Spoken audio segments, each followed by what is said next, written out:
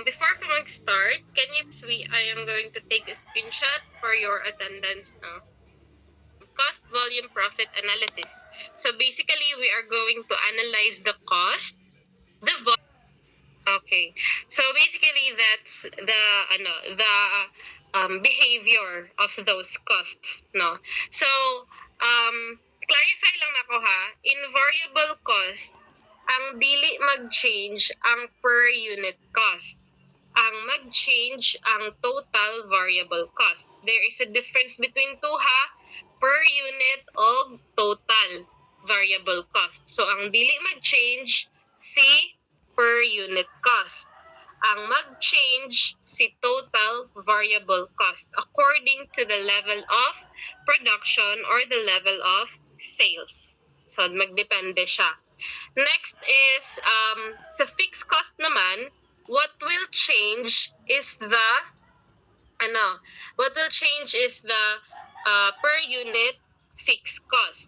Ang constant na to, ang dili ma-change regardless of the level of production or sales, is the total fixed cost. Okay? So, I hope that's clear, no? So, sa mixed cost naman, there is, I have mentioned the three ways to identify the fixed cost component and the variable cost component of the mixed cost. No, so we have the high-low method, the least square method, and the graphical method, to which ang ato alang gi-elaborate, ang ato alang gi-explain for the sake of this discussion is the high-low method.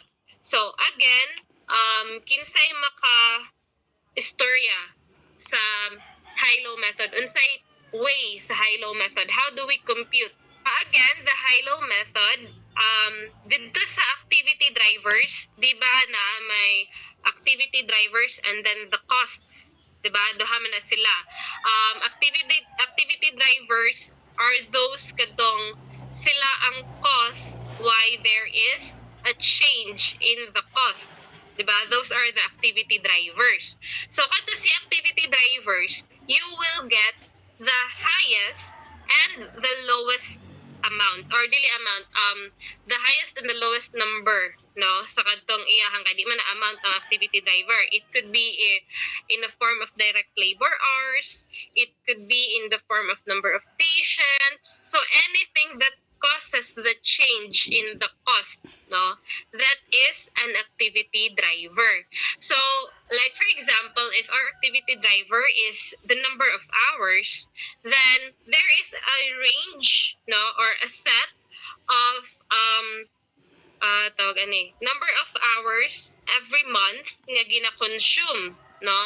So, from those set or from that set, no, magkuha ka og highest and lowest nga number. And then, you will get their equivalent. Mao na din tong katong i-minus-minus na dayon nimo. Diba? Sa ato ang formula before. Let me show you. Again. Let me show you again. Okay. So, there. This is the fixed cost, mixed cost. Okay, so dali So you will get the activity base or the activity drivers or kada siya.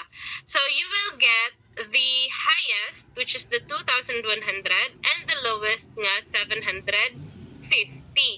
So if you get them, you also get the equivalent i-minus nimong highest and lowest, and then you divide these two. So what 20,250 divided by 1,350, you will get $15 per unit. Unsay cost, ma'am? Variable. Okay. So, this is the variable cost. Basta gali, constant nga per unit inyo makuha, that is the variable cost. Basta constant nga per unit. Kaya diba, ang per unit sa variable cost is constant. So, that is the variable cost per unit.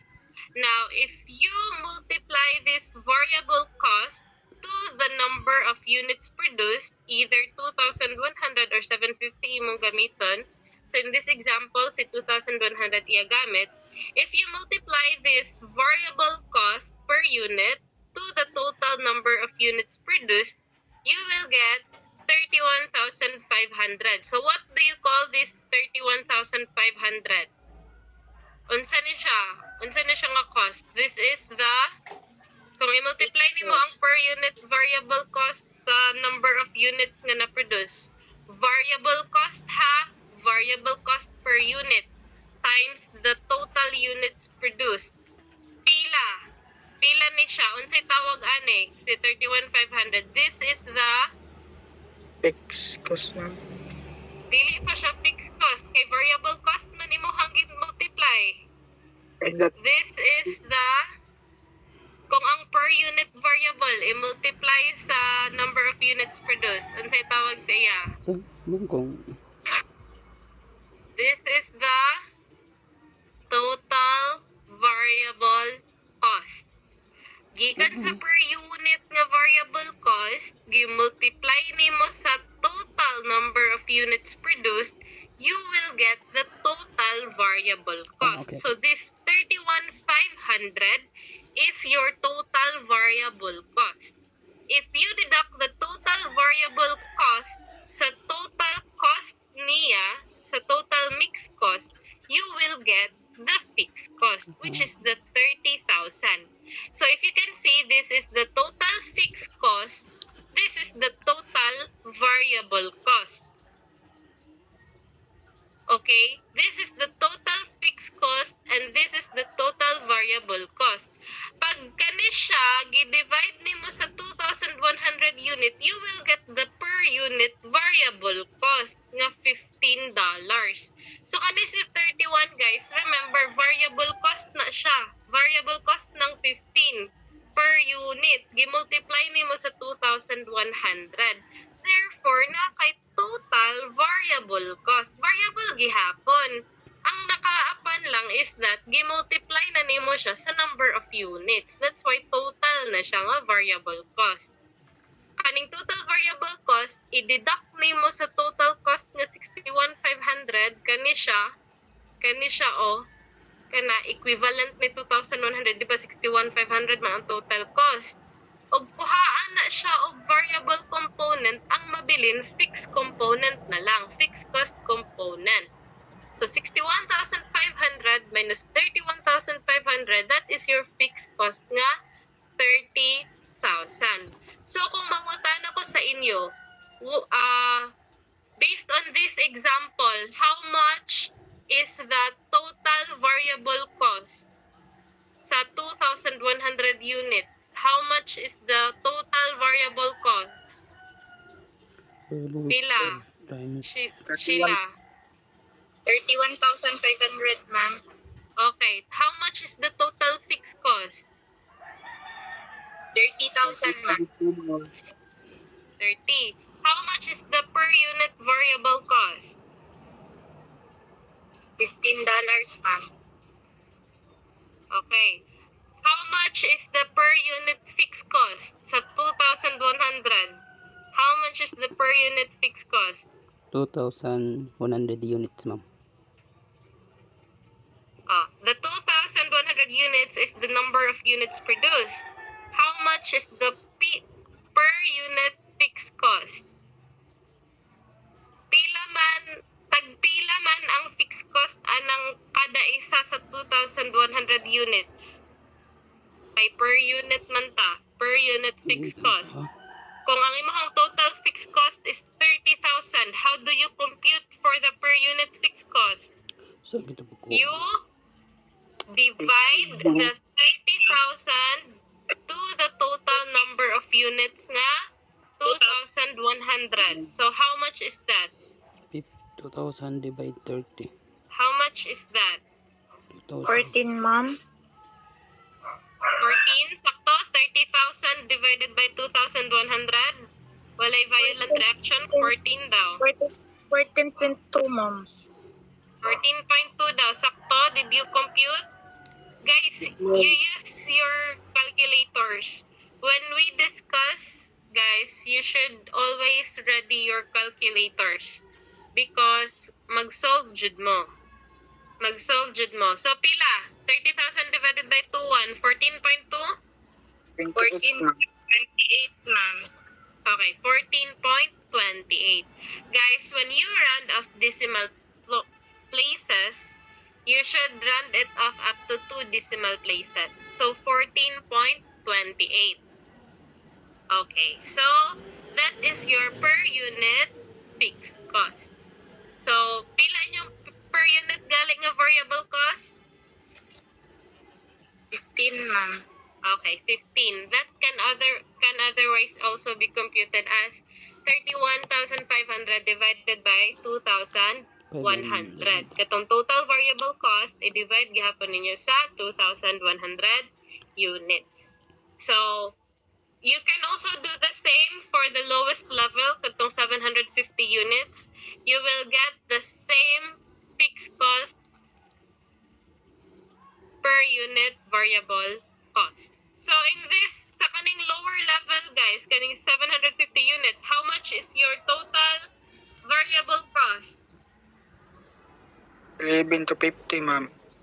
Okay, 11 to 50. How much is your total fixed cost? 30K, ma'am. $30, ma'am. $30,000. 30,000. How much is your per unit variable cost?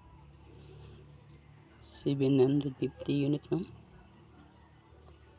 Variable cost per unit nga variable Oh. cost. $15. Ay, $15. nabali. Costa ha, ang 750 units is the number of units produced. Okay? Nabali. How much is your per unit fixed cost? 15 yapon, ma'am. Per unit fixed cost? Fixed cost niya is 41 How much is to your per 50 unit fixed divide cost? 11 to 50. Or 15, ma'am. Okay. 15 gihapon. 30,000 divided by 750. Is that 40, 50? 40, ma'am. 40. 40. Okay. 40. No? So, 40 siya. Because your fixed cost still is at 30,000. I-divide din mo sa number of units produced. Pila man din yung number of units produced? Di ba 750? So, kada isa, ang fixed cost ng 750 units kada isa is 40. Okay? So, did you understand? Did you get it? Kani lang siya, basta per unit gali ang pangutanon, i-divide lang nimo ang total fixed cost sa number of units. Same actually with the total variable cost. Pero sa total variable cost manggod, nakuha na daan nimo si 15. Okay? So, ang imong pangitaon is ang total variable cost. Now, so that's high-low method. So, that's high-low method, no? So, if ever magpa-compute ko sa inyo ha og using this 15 nga variable per unit variable cost og kaning 30,000 nga total fixed cost. If magpa-compute ko sa inyo ha og 1,000 units. Sige daw be, 1,000 units. Pila ang total cost sa 1,000 units using the 15 nga variable per unit cost o kaning 30,000 nga fixed cost. Sige daw be, 1,000 units. 1,000 units. Tagai ko og computation ana pila ang total cost. total cost niya. 30, ma'am. 30,000? Ay pila 30 silang 30. So 1,000 units. Pag-solve sa mo, 15,000, mag-solve ma'am. ko. Ang total cost na na siya? Sa kwan, ma'am. Total cost.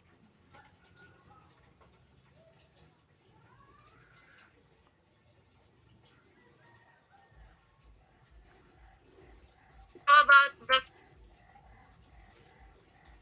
Yan ang lagi po ang 100, ma'am. pila?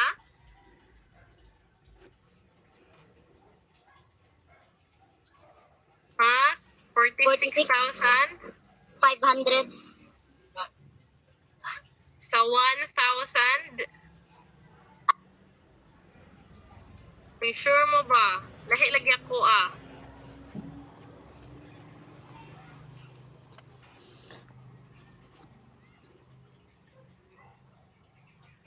$1,000, 15,000, Lahi lagi ako ah.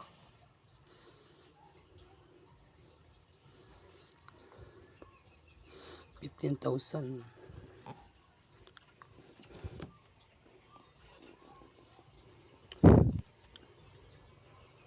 Lahi lagi ako ah. Pila inyo ha? 1,000. Gamitan ninyo ang 30,000 nga fixed cost ug ang um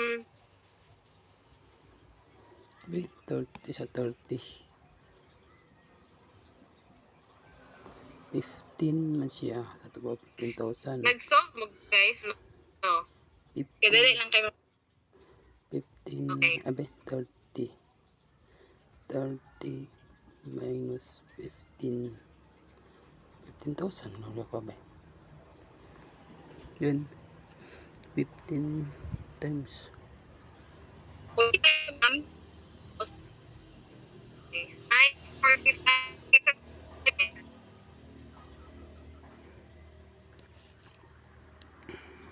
Dead. 15. So, basically, inyong total variable cost is 1,000 times 15 variable cost per unit, that is 15,000.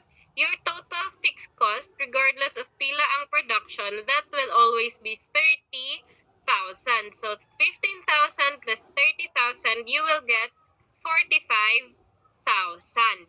Okay, so this is your total cost. No. So if I will ask you, pila inyuhang fixed cost per unit? Pila inyuhang fixed cost per unit? Ah, So your fixed cost per unit will be 30,000 divided by the 1,000 units. 30 So ma'am. inyuhang fixed cost would be 30. 30. okay. So 30. So kinsay naka-correct? Palakpakan. Okay, so that is how you compute for that is Okay. a mixed cost. So once nakuha na po din ninyo, contribution margin equals the fixed cost. Equals contribution margin minus fixed cost equals profit. So nabaliktad. Okay, so we also have ato siyang gitagaan og mga amounts before 50, 15, 35, 50 and ang iyahang profit is negative 15.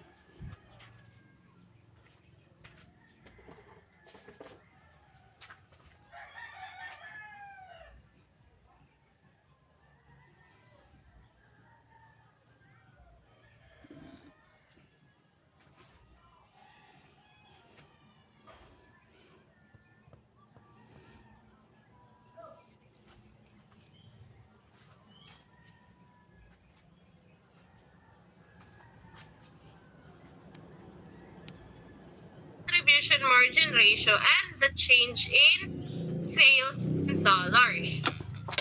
Kung may in peso, ibig peso or peso decrease or dollar in as an example natay sa bistog 80,000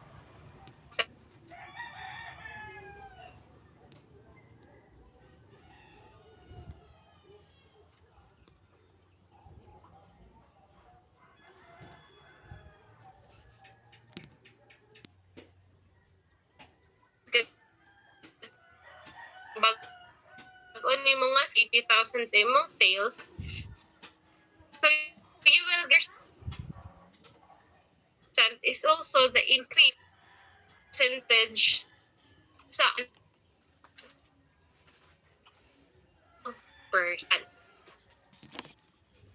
Okay, hapon na to ang unit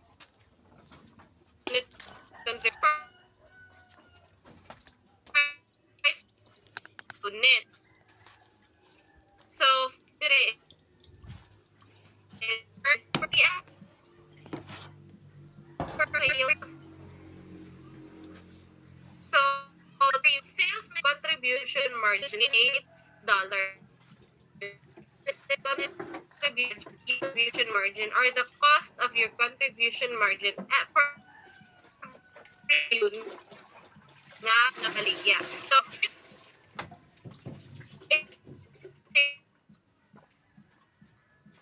partner. Ganina basta ratio partner.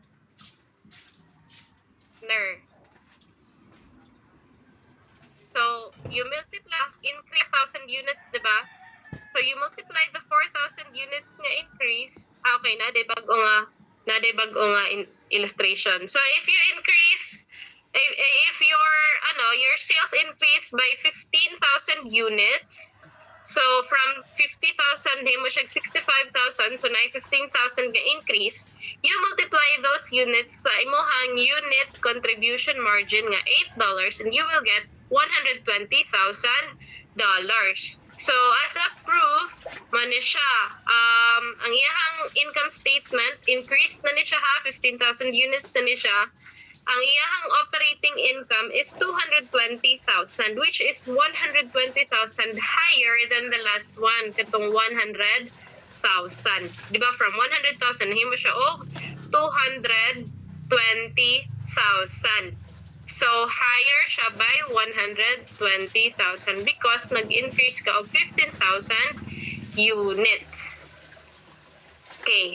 So, we also discussed about the break-even point. Again, what is a break-even point? Unsa nga itong break-even point? Walay gansi, walay ginan siya, ma'am. Okay. Wala kay ganse, wala sab kay ginansya. Break-even ka. Equal lang. Equal imong revenues, equal pud ang imuhang cost. So,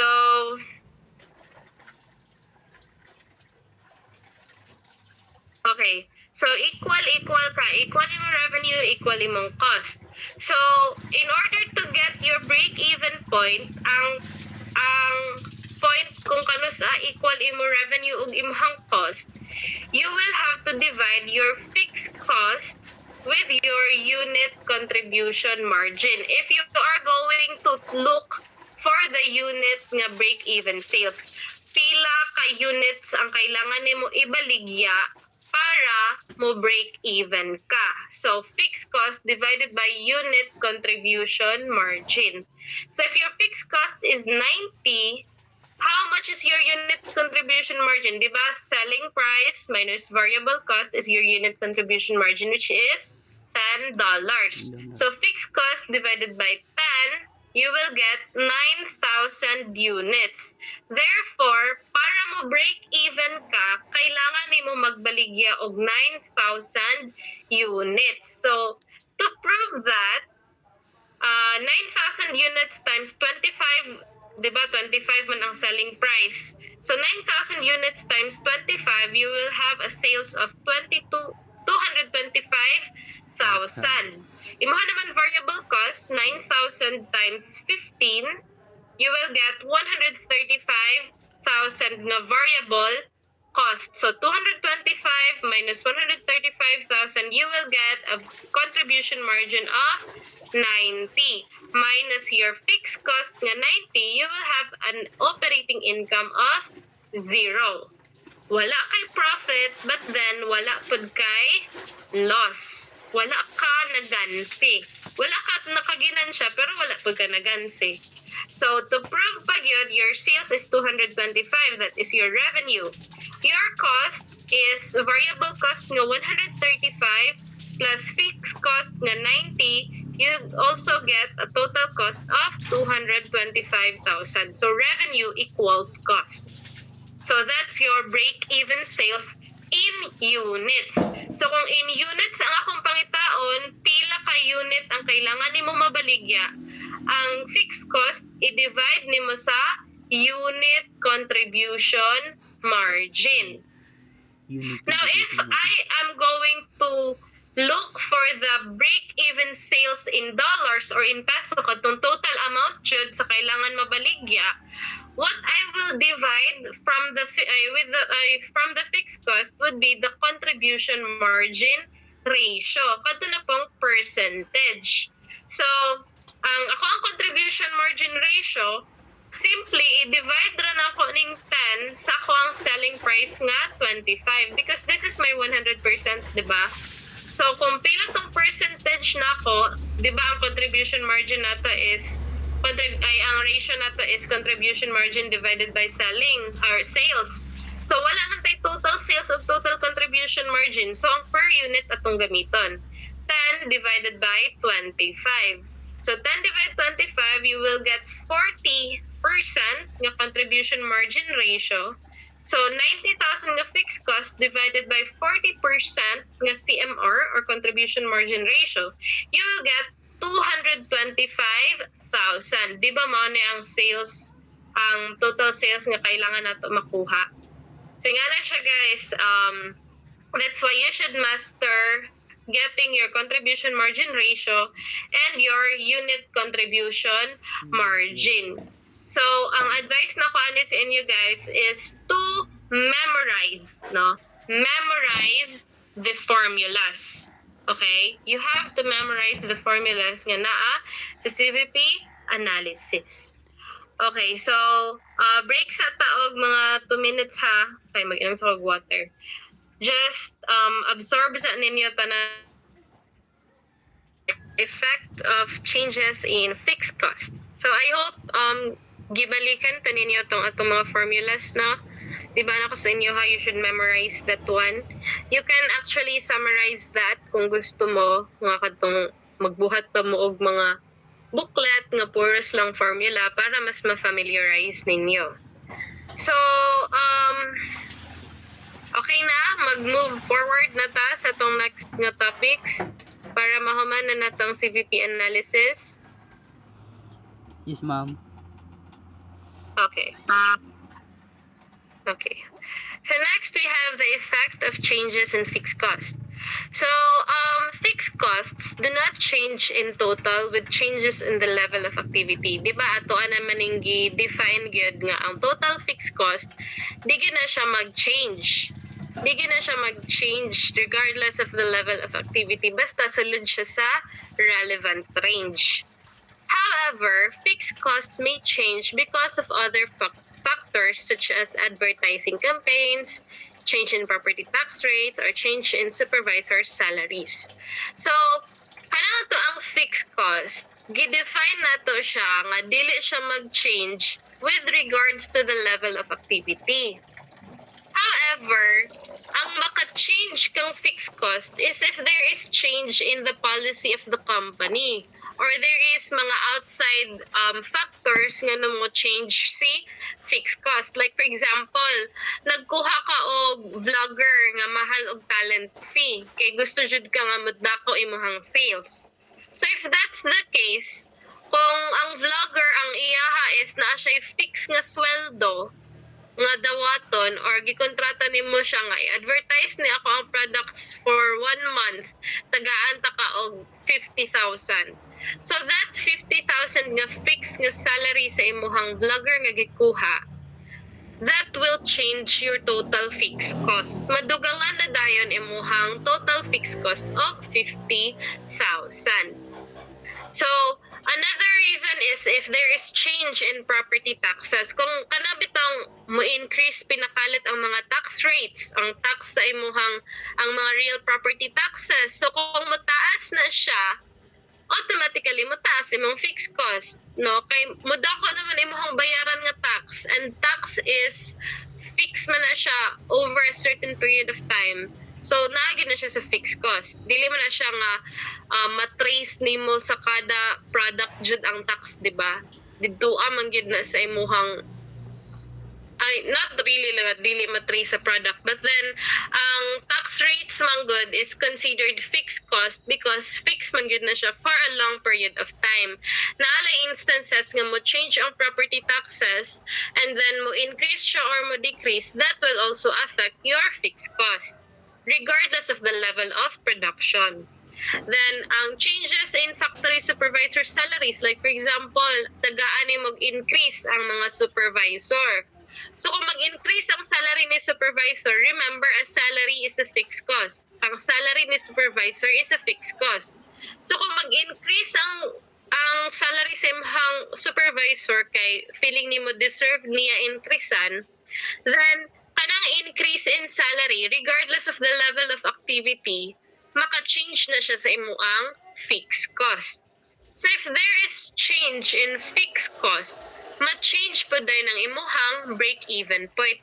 Kaya remember, imuhang break-even point, ang imuhang numerator is fixed cost. Remember ha, fixed cost imuhang numerator. So if mag-change imuhang fixed cost, mag-change po ang imuhang break-even point. No?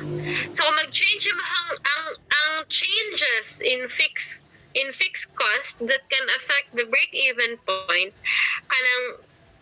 kani siya ang iyahang rag effect, no? Increase in fixed cost increases the break-even point, while the decreases in fixed cost decreases the break-even point.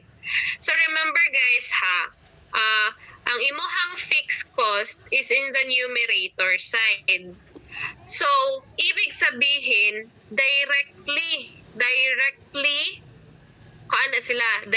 related. Basta sa inyong math, basta numerator, directly proportional na siya or directly related sa imuhang total, and then ang denominator, indirectly or inversely proportional.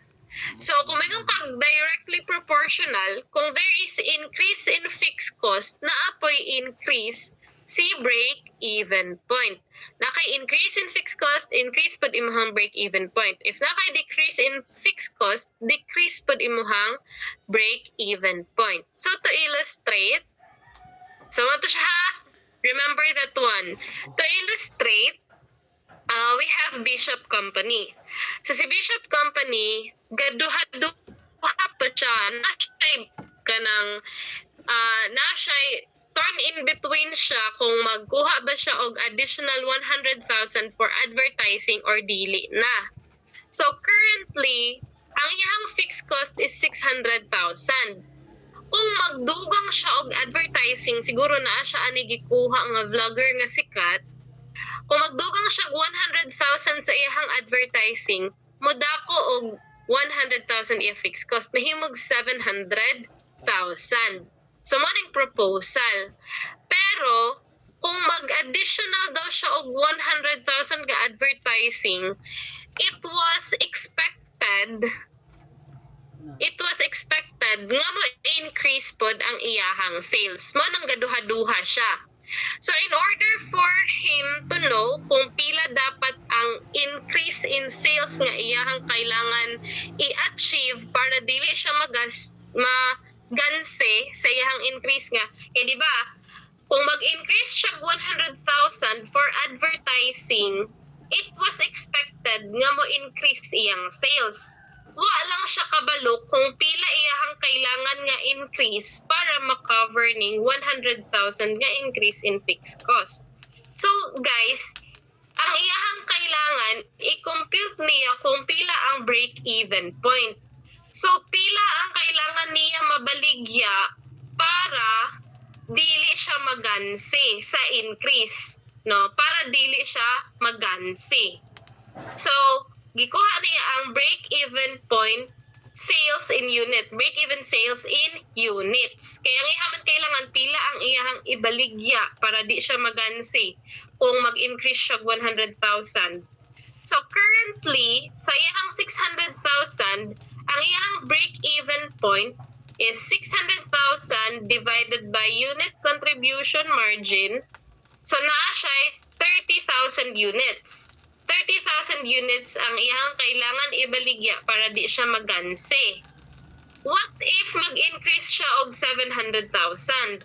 So if that's the case, ang iyahang numerator, iyahang fixed cost, mahimo nag 700 divided by still $20. Kay mama na iyang unit contribution margin. So, 700,000 divided by 20, naa siya 35. Dapat makabaligya siya 35,000 units para dili siya maganse. So, ibig sabihin guys, from 30,000 nga break-even to 35,000 nga break-even, ang kailangan niya nga additional units nga ibaligya kay mo maning currently dapat makasell siya og 30,000. So kung mag-increase siya 700,000, 35,000 na ang kailangan niya ibaligya. So there is an additional 5,000 units nga dapat niya mabaligya para maka-break even siya. No? So that's how you will analyze the effect of changes in fixed cost. So if there is change in fixed cost, tan-awon dayon nimo kung pila ang imuhang kailangan ibaligya or ang additional nimo nga ibaligya para dili ka maganse sa imuhang product. So is that clear? Yes, ma'am. Yes, ma'am. Okay, so that is for the changes in fixed cost. Let's go on. Let's move forward to the effects of changes in unit variable cost. Okay, so unit variable cost, di ba ang unit variable cost, mao man ni siya ang constant. It does not change regardless of the level of activity. Si unit variable cost, di ba ang mag-change is ang total variable cost. So sa unit variable cost, dito na siya mag-change with respect to the level of activity.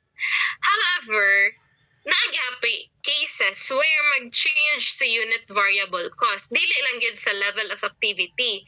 It could be affected by factors like nag-increase ang cost sa direct materials. So kung mag-increase ang cost ni direct materials, lugar nagmahal ang kung gabaligya ka og bread, ga-manufacture ka og bread, lugar nagmahal ang harina, nagmahal ang itlog. So, guys, that means there is an increase in your unit variable cost. Nag-increase ang imuhang variable cost per unit, ang direct materials, because direct materials is a variable cost. Lugar nag-increase ang rate sa imuhang direct labor. Instead of tag 100 ra ilahang oras na himog 150. So there is an increase in your variable cost per unit. Changes in commission of salespeople kanang instead of 5% ra siya kada product nga iyahang mabaligya, 10% na siya kanang mga commission based bitaw nga mga or commission paid bitaw nga mga salesperson. So instead of 5,000 kada unit na mabaligya, ay 5% kada unit na mabaligya niya, nahimo nag 10%. So that will also change your unit variable cost. So changes in unit variable cost affects the break-even point as follows. So increase in unit variable cost increases the break-even point. Decreases in unit variable cost decreases the break-even point. Let's see. Diba ang imuhang break-even is imahang break-even point equals fixed cost divided by contribution margin, whether that's unit contribution margin or contribution margin ratio, depende sa gipangita nga break-even. So guys, how do you compute for your contribution margin? Diba your contribution margin equals sales minus variable cost? Diba? So ultimately, ang imuhang break-even point is equal to fixed cost divided by sales minus variable cost. Ultimately, ing ana na siya ang mahitabo. Kani. Diba? Kita ninyo? Na-trace ninyo? Kaya di ba si contribution margin is sales minus variable cost? So, ibig sabihin, ang break-even point, fixed cost divided by sales minus variable cost. Nakita ninyo, guys? Nakita ra? Kani guys, si CM, gialisdan lang nato. Ang contribution margin, gialisdan lang nato og sales minus variable cost. Bay nga na siya.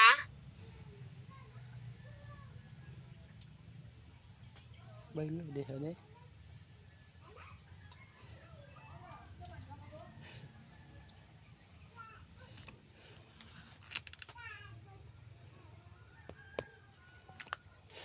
Okay.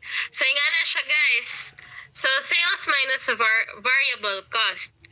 So, guys, if mo-increase ang imuhang variable cost, what will happen to your contribution margin?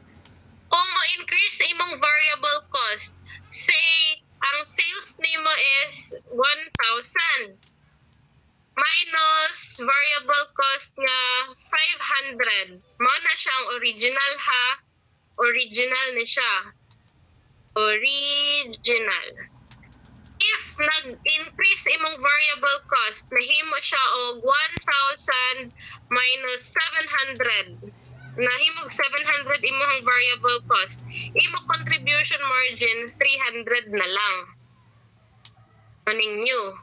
300 na lang. So, ibig sabihin, kung mo-increase ang imuhang variable cost, kani siya, from 500 to 700, ang imuhang contribution margin mo baba from 500 to 300.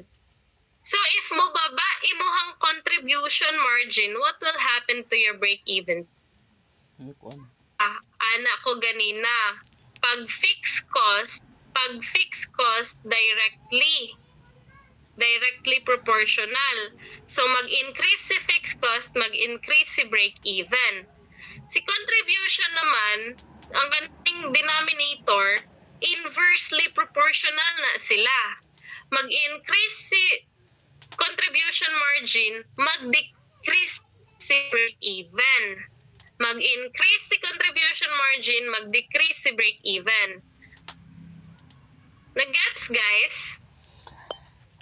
Kung na-increase ni contribution margin, na ay ma'am, nganong increase man lagi na din ha?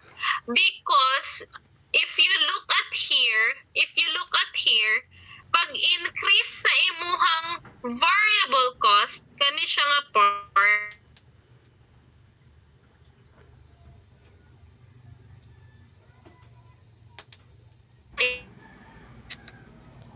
variable cost, there is also an increase in your break-even. Kay pareha man sila makababa kang contribution margin. Nakita ninyo, guys? Nakita ninyo? Na-connect ninyo? Guys? Are you still with me? Yes, ma'am.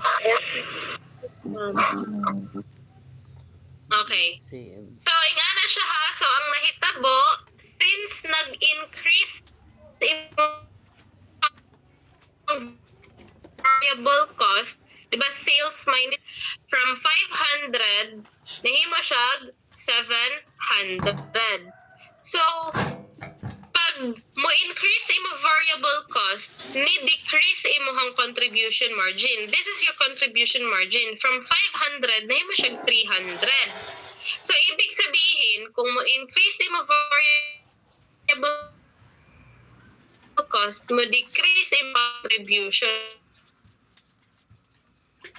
contribution margin decreases. Kaya inversely proportional na sila. Opposite na sila. Kung mo decrease si contribution margin, mo increase si break-even. That's why, ultimately, the increase in variable cost, kani siya, ang pag-increase niya, since makagamay man siya sa contribution margin, makadecrease siya sa contribution margin, therefore, it can increase your break-even point. Kani siya, mo-increase siya. Baliktad naman kung decrease sa unit variable cost, cost, decrease pod si break even. So timan ilang na ninyong duha guys. Sa fixed cost, increase in fixed cost, increase in break even, decrease in variable cost, decrease in fixed cost, decrease in break even. Same with the variable cost. Increase in variable cost, increase in break even. Decrease in variable cost, decrease in break even. Pareha na sila ni fixed cost. Okay? Pareha na sila. Increase, increase, decrease, decrease. Diri apod, increase, increase, decrease, decrease. Okay? You remember that ha? You take that, you highlight that one. Because that is very important, no? So to illustrate, assume that corporation is evaluating a proposal to pay an additional 2% commission on sales to its salespeople as an incentive to increase sales. So, lugar ni dako ang iyahang commission by an additional 2% on sales, no? So, from 145, nahimo og 150 iyahang total variable cost. So, maning computation, 2% times 250 unit selling price. So, equals 5 pesos or $5. So, from 145, nahimo daw og 150 iyahang variable cost. So, there is an increase. Now, ang nahitabo, ang iyahang contribution margin, if you look at it guys, ni-decrease iyahang contribution margin from 105, nahimo og 100 na lang. Kita ninyo? Nakita ninyo? Well, nag-remain at 840 iyahang fixed cost. So, kung tanawon nimo sa break-even, ang fixed cost 840 divided by the current, no, nga $105 nga contribution margin, ang iya lang kailangan to break even is 8,000 units currently. Now, if ang iyang proposal nga 2% addition sa commission on sales is iyang i-implement, ang mahitabo 840 divided by 100 contribution margin, ang kailangan na niya i-produce is 8,400. Ibig sabihin, kailangan niya og 400 units more to sell para dili siya magansi kung magdugang manggaling siya og 2% nga commission. Gets, guys? Na-gets ninyo? Medyo, ma'am. Medyo, ma'am. Okay, you have to go back to this discussion, to these handouts para nga mas masabtan ninyo. Because you will really need this, guys, in decision making. Because remember, kani siya kaning current og proposal, this is already a decision making. Kung magdugang kog 2% nga commission, pila na day dapat ang ako ang mabaligya para dili ko maganse. Dapat na ko magbaligya og 8,400 units. So, target na ko, more than 8,400 ako ibaligya para makaginansya ko. Because for every unit na baligya nimo, in excess of 8,400, ginansya na dayon to nimo. Kung makabaligya ka og 8,401, kanang 1 unit, ginansya na nimo. Okay? Kay break-even man ang 8,400, zero man na. Pag makabaligya pa kag another one, then, ginansya na nimo. So, is that clear? Claro? Yes, ma'am. Yes, ma'am. So, this is really important ha. So, you have to master this one. Magawas na siya sa inyong exams. Study ha, study. So, effect of changes in unit selling price. So, humanat ta sa effect kung mag-change si fixed cost, humanat po ta sa effect kung mag-change si variable cost. What about the selling price? What is the effect kung mag-change si selling price? So, ang effect kung mag-change si selling price, lugar imuhang padak-an or paggamyan ang ihang selling price, mo na mahitabo. Increase in the unit selling price will decrease the break-even point, while the decrease in unit selling price will increase the break-even point. Ganina, sa fixed cost ug sa variable cost, kung mag-increase sila, mo increase pud si break-even. Kung mag-decrease sila, mo decrease pud si break-even. For the selling price, in case mo increase ang unit selling price, mo baba, mo decrease si break-even point, baliktad. Kung mo decrease si unit selling price, mo increase si break-even point, baliktad. Why? Baliktad dire. Di ba contribution margin is equal to sales minus variable cost? Now, suppose, anong kopyahon?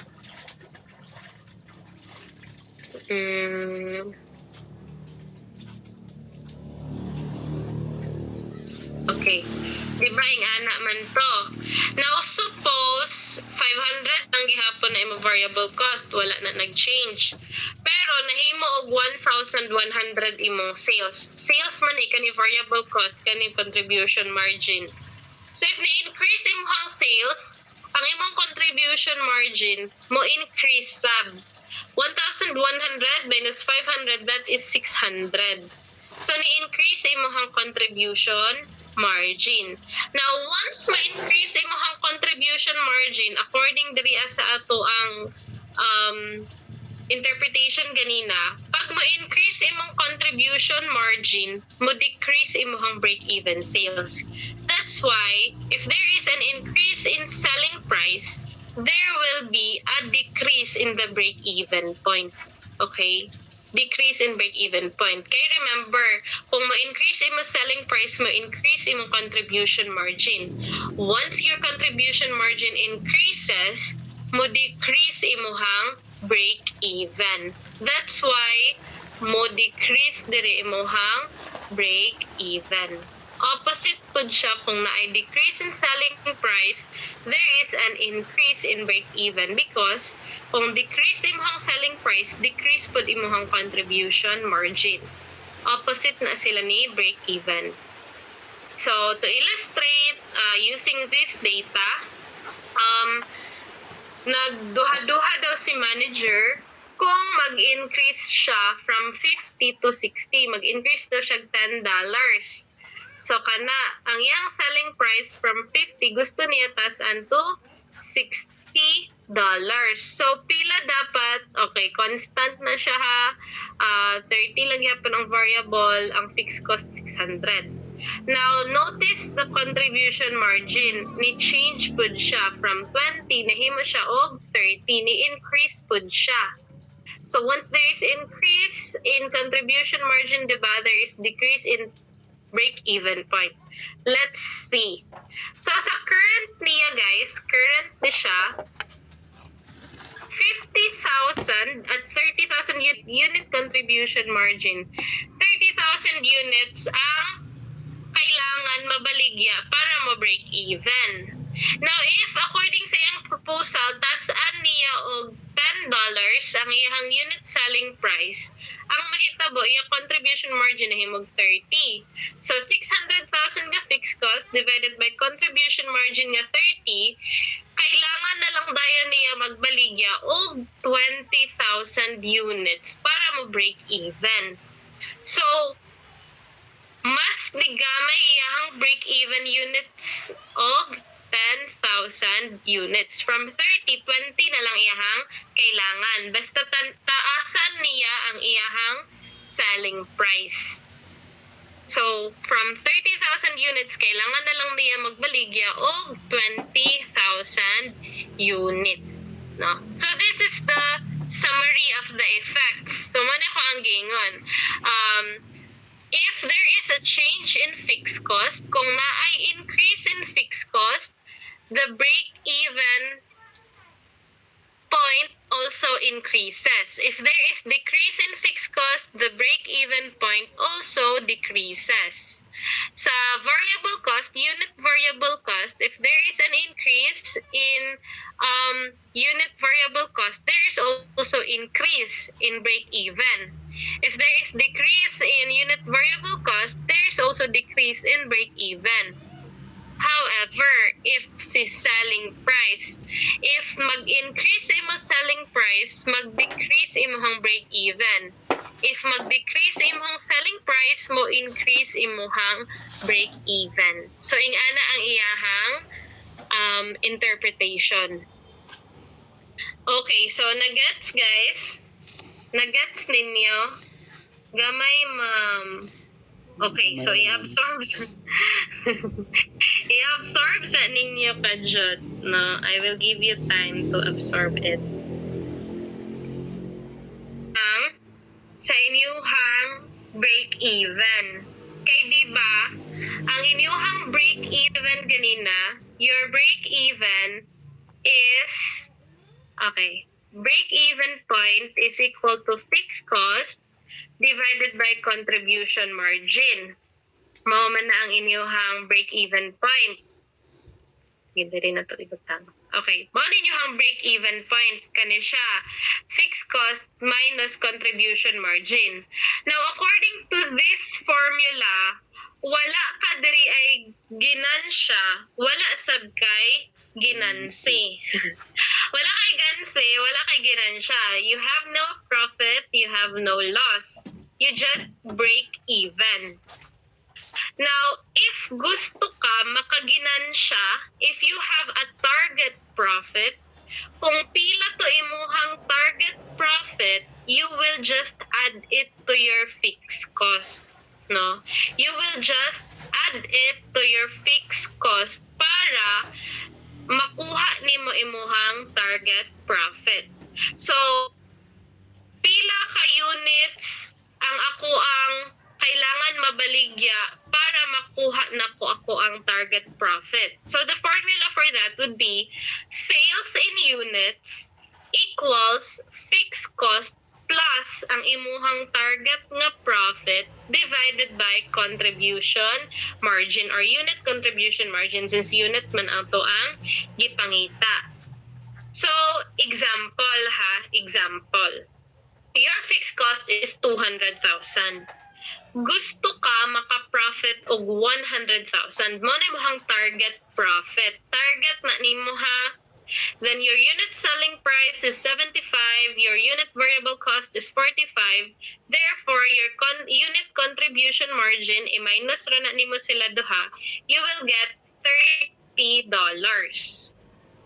Now, the sales that is necessary para makuha nimo ning target profit nga 100,000, ang kanila nga formula imong gamiton, fixed cost nga 200 plus your target profit nga $100,000, you divide it to your unit contribution margin nga 30, so you will get 10,000 units. So kailangan gani mo magbaligya og 10,000 units para makuha nimo imuhang target profit nga $100,000.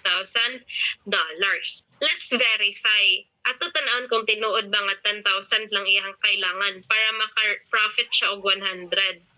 So, sales nimo, kailangan nimo magbaligya 10,000 units. How much is your selling price? 75.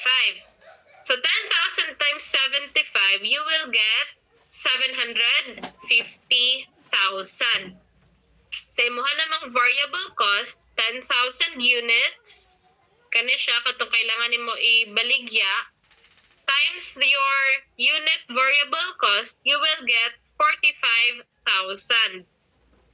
So 750 minus 450, you will get 300,000 nga contribution margin. Or simply, 30,000 times 10 units, kani siya, ay 10,000 units. So you will get 300,000 nga contribution margin. Minus your fixed cost nga 200,000, kani siya, you will get your target profit at 100,000.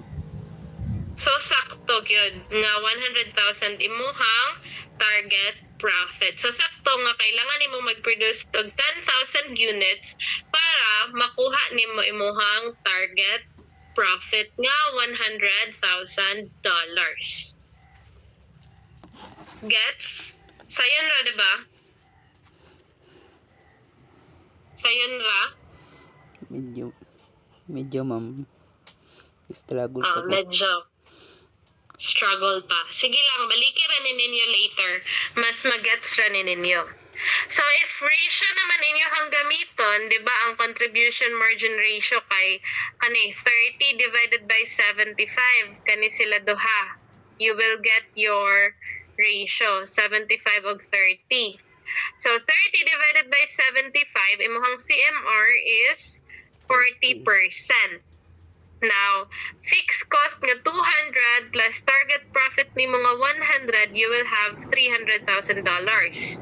Divided by your CMR nga 40%, so your target sales niha dapat makabot ka og worth 750,000, which is sakto, diba? 10,000 units times $75 is 750,000. Mo po na imong pagkuhaan eh. Just to verify lang ni siya kung CMR imuhang gamit.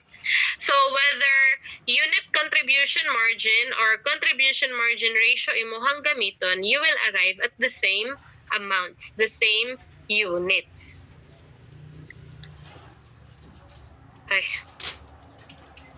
Okay. So I hope that's clear, no? Let's move forward sa ato ang special cost volume profit relationships. There are actually 3 na lang, no? 3 topics remaining na lang. The sales mix, and then the operating leverage, and then the margin of safety. No? So, okay. Kaya pa? Ato na ni Tiwason, and then we will end na dayon. Okay, so sales mix. So when you say sales mix, this is combination of products nga imuhang ibaligya, no? Combination or mga relative nga ay kanang marami og unsa nga mga products ang imuhang ibaligya para madako imuhang profit, no? Para madako imuhang profit. Kay safe man kung isa lang ang imuhang ibaligya. Yes, it's safe. Kaso, what if the sales for that product drops? What if ang mga tao di na mo palit ana nga product? So wala kay kana bitawng caution, wala kay other alternative product nga mabaligya. So dapat naa kay sales mix para kung in case nga di na kaayo mo kita si product A, at least naa pa kay product B nga halinon. So mo na nga ang uban nga mga companies, they will expand. Mag-produce pud sila og another products nga available pud ay nga kanang moano pud bitaw sa ilahang mga resources kada mga similar nga mga products ra pod. So ang sales mix is in order for the company to find the most profitable nga mix, no, nga pwede niya ibaligya og tagpila ang iyahang igahin or tagpila ang iyahang buhaton for each product, tagpila ang igahin niya nga cost for each product, no? That's why there is a sales mix nga consideration. No, so unsaon niya pagbahin iyang fixed cost in the most profitable way. Muraging ana siya, no? So, okay. So to illustrate, assume that Cascade companies sold product A and B during the past year. So na siya duha ka products, product A and product B. Ang unit selling price nila is 90 and 140. Ilahang unit variable cost 70 and 95. Ilang contribution margin, minus na sila duha, 20 and 45. Now, last year, ang nabaligya for product A is 8,000, while ang nabaligya for product B is 2,000. Therefore, ang ilahang sales mix is 80% and 20%. Ma'am, yun sa nagkuha. So, you just simply add these two sales, 8,000 plus 2,000, you will get 10,000. Now, if you divide 8,000 to 10,000, how much will you get? 8,000 divided by 10,000, how much will you get?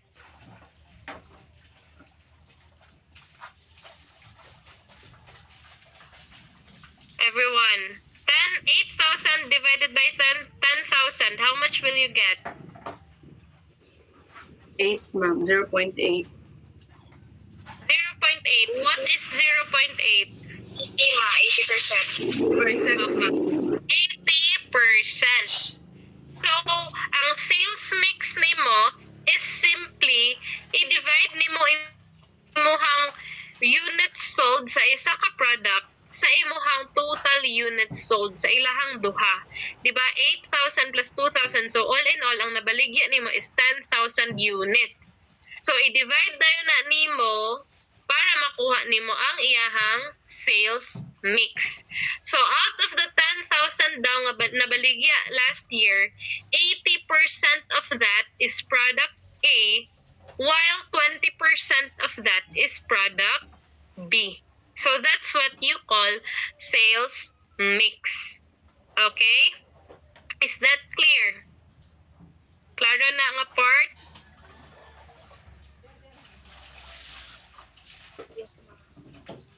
Okay. For break-even analysis, it is useful to think that product A and B as components of one overall enterprise product called E. The unit selling price of E equals the sum of the unit selling price of each product multiplied by its sales mix percentage. Likewise, the unit variable cost and the unit margin, contribution margin of E equals the sum of the units available cost and unit. So, in order to get, guys, your contribution margin, okay. Guys, do not confuse product E, ha? Product E is the combination of both product A and product B. This is only an imaginary product. Kaya ang imo manggod kuhaon diri is the break-even point. Pila dapat ang mabaligya nimo nga product A o product B para dili ka maganse, bahalag di ka makaginansya. Kaya pila imo ibaligya nga product A o product B, so you will break even. That's why magbuhat ka og imaginary product nga product E. Kay remember, your total fixed cost is only 1. So dapat ang imong contribution margin isa ra pod. Dili ka pwede mo gamit og $20, di po ka pwede mo gamit og 45.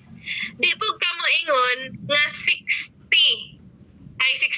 Di po ka pwede maingon og 65 nga i-add ra na nimo ang duha ka contribution margin. Because remember, lahi-lahi ba na sila og sales mix. Dili ba sila equal. Kung equal siguro na pwede na nimo i-plus, but remember, di ba na sila equal og units sold. Lahi-lahi ba sila og units sold. So therefore, kana ilahang contribution margin, dili na nimo i-add. No, dili na mao ang ilahang tinuod nga contribution margin together. So what you will do is you will assume product E. Si product E mo ni ang combination ni product A ug ni product B, no? So si selling price nimo kaning imuhang 90,000 i-multiply pa na nimo siya sa 80% because your sales mix is 80%. Out of the 10,000 sold, 80% of that is from product A.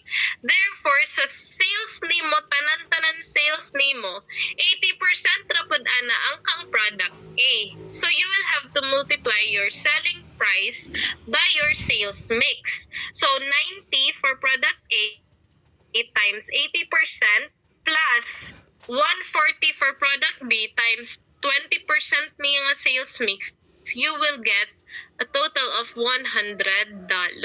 So guys, recompute this one kung sakto ba siya or dili. So ang ilahat pong variable cost, you will also have to multiply the 70 nga variable cost by 80% and the 95 nga variable cost by 20%. then you add that to, ay pa ka mag-add para makuha nimo si 75. So selling price minus variable cost nga 75 equals 25 nga unit contribution margin. Or simply, you multiply the 20 by 80% and then the 45 by 20%. So you will get 25 nga unit contribution margin. Guys, ana lang ka sayon ha. You will just have to multiply everything by their sales mix. Kani sila. You will just have to multiply them by their sales mix. And then you add. Once you add, you will get your unit contribution margin nga $25. Okay?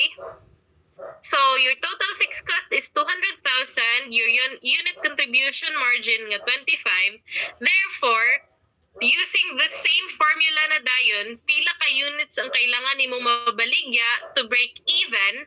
Therefore, 200,000 divided by unit contribution margin nga 25. Kani si 200 is your fixed cost ha. Kani siya. Now, you divide that by your unit contribution margin katong kang product E na, katong imaginary product na to, gi-combine na to si A ug si B. So, nanadan kay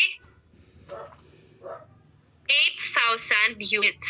Therefore, you will have to sell 8,000 units to break even. Now, ma'am, 8,000 units, pila man ana ang kang product A, pila ang kang product B. Kay, remember kang E ba na, katong combination na ni A ug B. So, sama na pagkabalo kung unsay product A ug product B ana, ma'am. So, simply, guys, you just multiply it by the sales mix again. So, kani siya, guys, kani si sales mix, this is very important. Mamali gay mo ani, mali na mo tanan. Okay? Because remember, you multiply everything to your sales mix.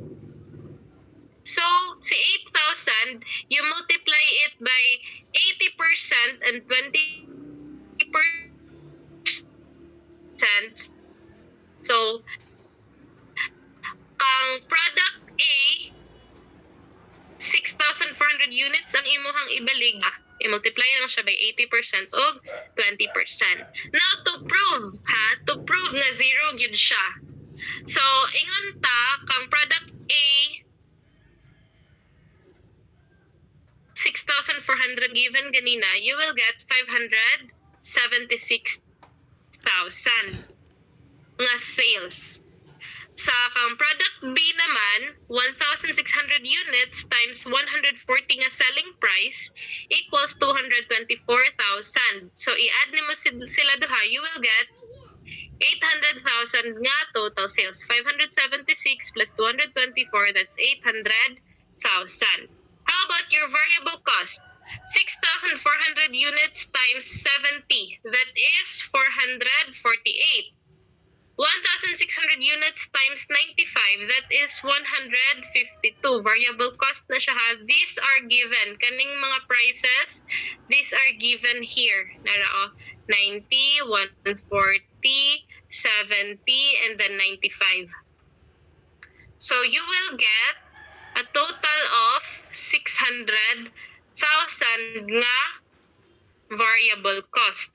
So 800,000 minus 600,000, imong contribution margin is 200,000. Minus fixed cost, kani siya, nga 200,000, you will get a zero operating income. That is your break-even point. Wala kay ginansya, wala sab ka naganse. So, is that clear? Kaya pa, guys? Ginhawa pa mo? Okay. Ginawa pa, ma'am. Okay.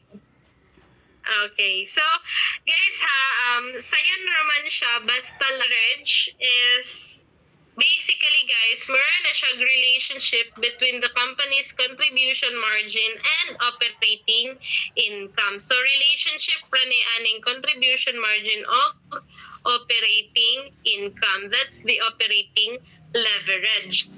No? So, ang pag-compute niya is this formula, contribution margin divided by operating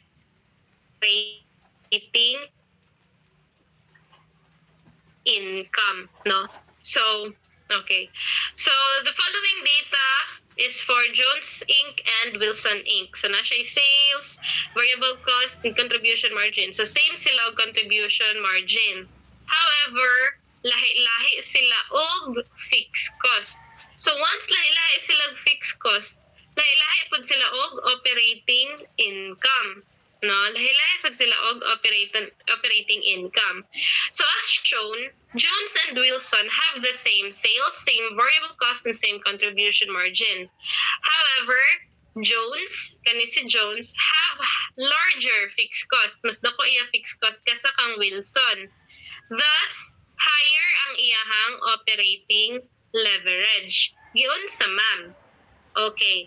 So, contribution margin divided by operating income. So, kani 100,000 nga contribution margin divided by 20 for Jones, that is 5 nga operating leverage.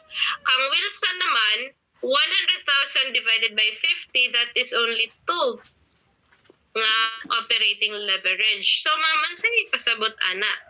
Si operating leverage man good, it can be used to measure the impact of changes in sales on operating income. Kani siya guys. Ano siya ang importance ni operating leverage. Kani siya. No. Okay.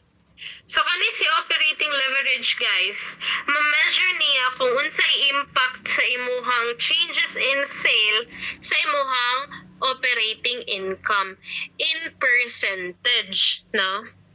So, okay. So, based ani nga example, guys, if pareha silag sales and variable cost, so pareha silag contribution margin, if their fixed cost is higher, then ang iyahang operating leverage is higher. Mas dako ang operating leverage. Whereas, kung lower iyahang fixed cost, lower pod iyahang operating leverage. So tanaw ninyo na nga mga relationships ha. Kay I might ask you nga, what will happen to your operating leverage if your fixed cost is higher? What will happen to your operating leverage if your fixed cost is lower? All else constant. Kung may all else constant, same rin na si sales, si variable, ug si contribution margin. So, unsa na impact kung taas or mubo ang imuhang operating leverage? So, makita nimo na din hiya. Makita nimo ang impact sa changes in sale sa imuhang operating income. So, to illustrate, assume that sales increased by 10%. So, what if nag-increase by 10% imuhang sales? Or na-increase ka og 40,000. So, for Jones and Wilson na ha, sa ilahang duha. For Jones and Wilson. So, the percentage increase in operating income for Jones and Wilson is computed as follows. So, kung nag-change og 10% imuhang sales, automatically, kung i-multiply lang na nimo sa operating leverage for Jones kay 5 man. So, ang 10% i-multiply nimo og 5, it is 50%. So, there will also be an increase in operating income of 50%. So, automatic na dayon na nimo nga mabalaan nga, okay, tungod kay 5 iyahang operating leverage, if there is a 10% change in sales or increase in sales, there will also be a 50% increase in sales. I-times na nimo sa iyahang operating leverage. Diretso na, di na ka buhat-buhat pa og income statement, di na ka mag-compute, diretso na. So, for Wilson naman, 10% times 2 raman niyang operating leverage. So, the change in his, operating income is only 20%. Now, what does that tell you? No?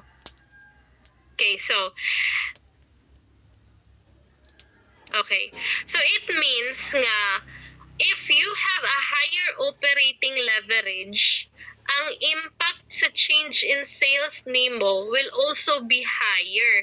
So, ang impact niya sa imong operating income. So, ano siya guys? Kani siya.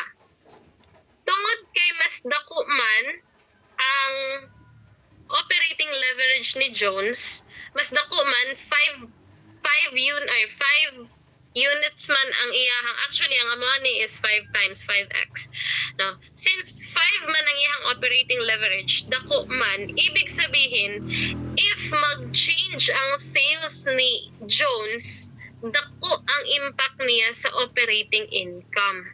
If modako ang iyahang sales, dako og idako iyahang operating income. Kay dako man iyahang impact, no?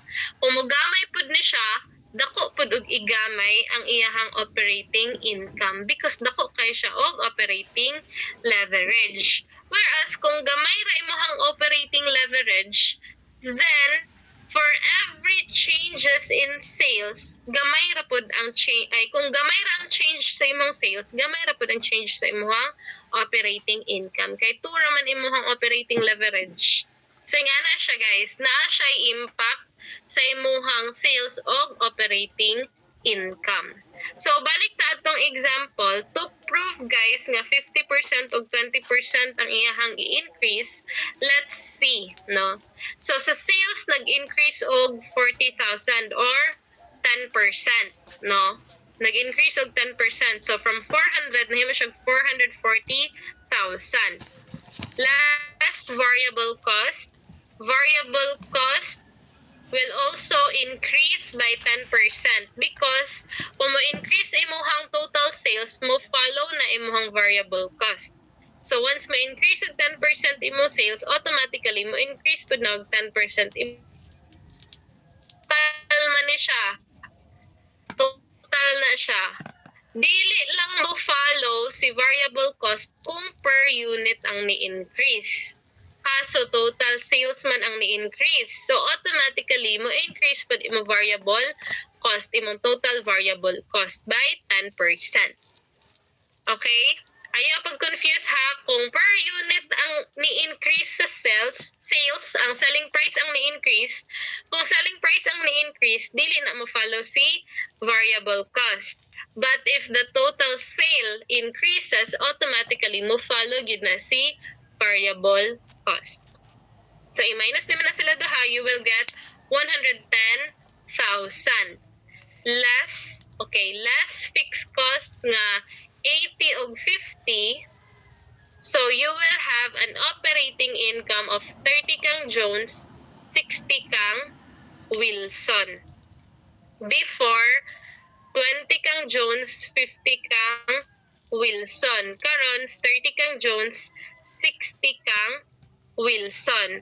So, in the preceding 20 to 30, a 50% increase. So, gikan kang 20,000 kang Jones, nahimo siya 30,000. So, pila ang nadugang, di ba 10,000? 10,000 is 50% nga increase, no? 10,000 divided by original nga 20, you will have 50,000 nga increase. Okay? Kay 20,000 raman, nadugangan og 10,000. Pila man na si 10,000, di ba 50% na siya ni 20,000? So, since nadugangan ka og 10,000, then there is an increase of 50%. Whereas, the Wilson from 50,000, 10,000 ra gihapon ang increase.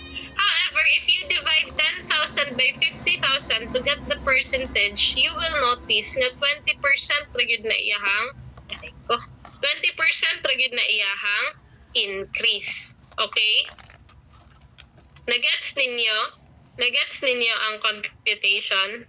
Wala, ma'am. Okay, balikan ninyo na unya after our discussion.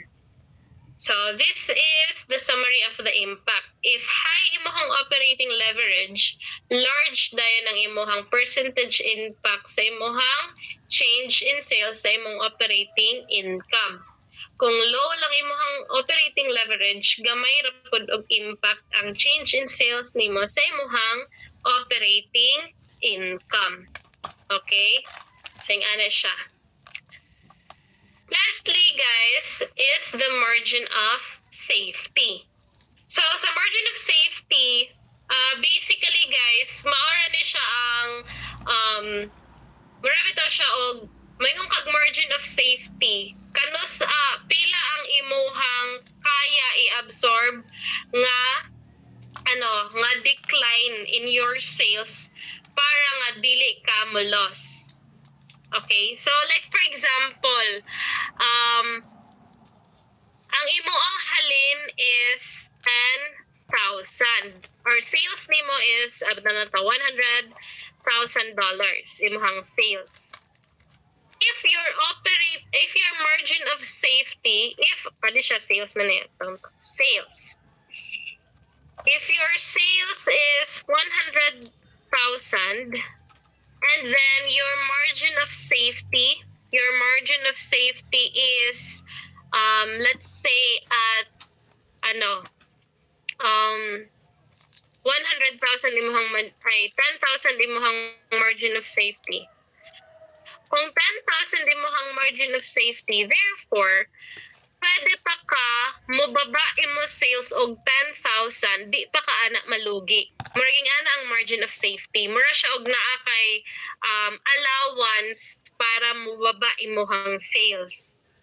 No, dili pa ka ana magansi. Instead, ma-break even pa ka ana. If more than 10,000 na ang pagbaba sa imuhang sales, then you will incur a loss.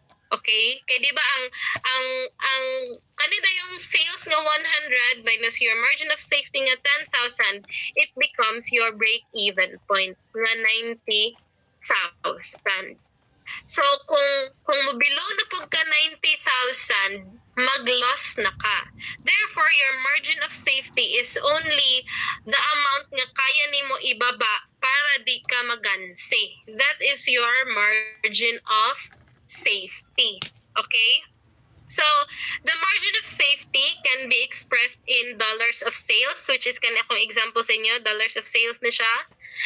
Units of sales. So, pwede po siya in units. Pwede po siya percent of current sales. So, to illustrate, you have sales of 250. Ang break-even point daw nimo is 200. So, kung 200 ang imuhang sales, $200,000, break-even na daw ka ana. Wala kay ginansya, dili pug ka maganse. Your unit selling price is at $25.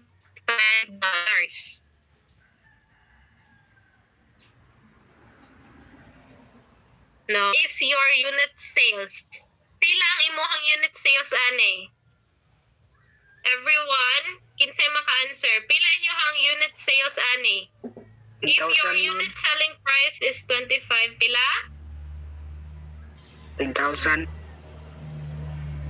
10,000. That's right. No. So your units sold would be I delete this. 10,000 units. So imong units nga nabaligya is 10,000 units. Kay 25 man kada isa. So your total sales is 250,000. Now your margin of safety in dollars or in peso, dollars na siya sa atong discussion but peso na siya sa atong exam. So if in dollars nimong ang imong kuhaon, you simply subtract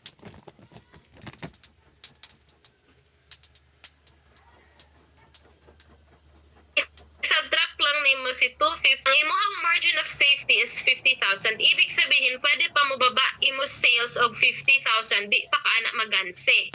But if ang imong sales mo baba na og 51,000, then gansi na ka ana. Okay? Gansi na ka ana. Now, the margin of safety in units naman would be, okay, so if your selling price is 25, how much is your break-even point at, in units? Pila mo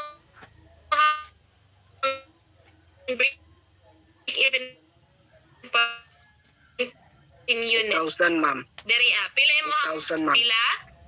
Okay. So you divide 200,000 by the unit selling price. Kay mo man imong break even in sales.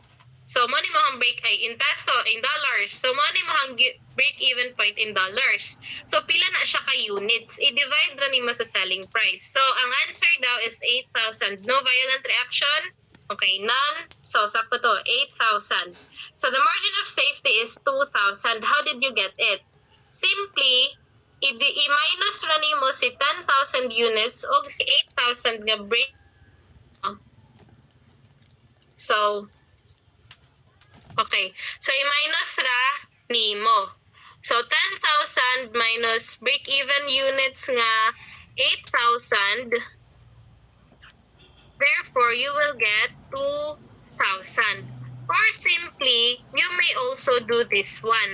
Itong 50,000 nimo nga sales nga margin of safety, pwede ra to nimo i-divide automatically sa iyahang selling price. So 50,000 divided by 25,000, you will still get 2,000 units nga margin of safety. So same ra na sila duha.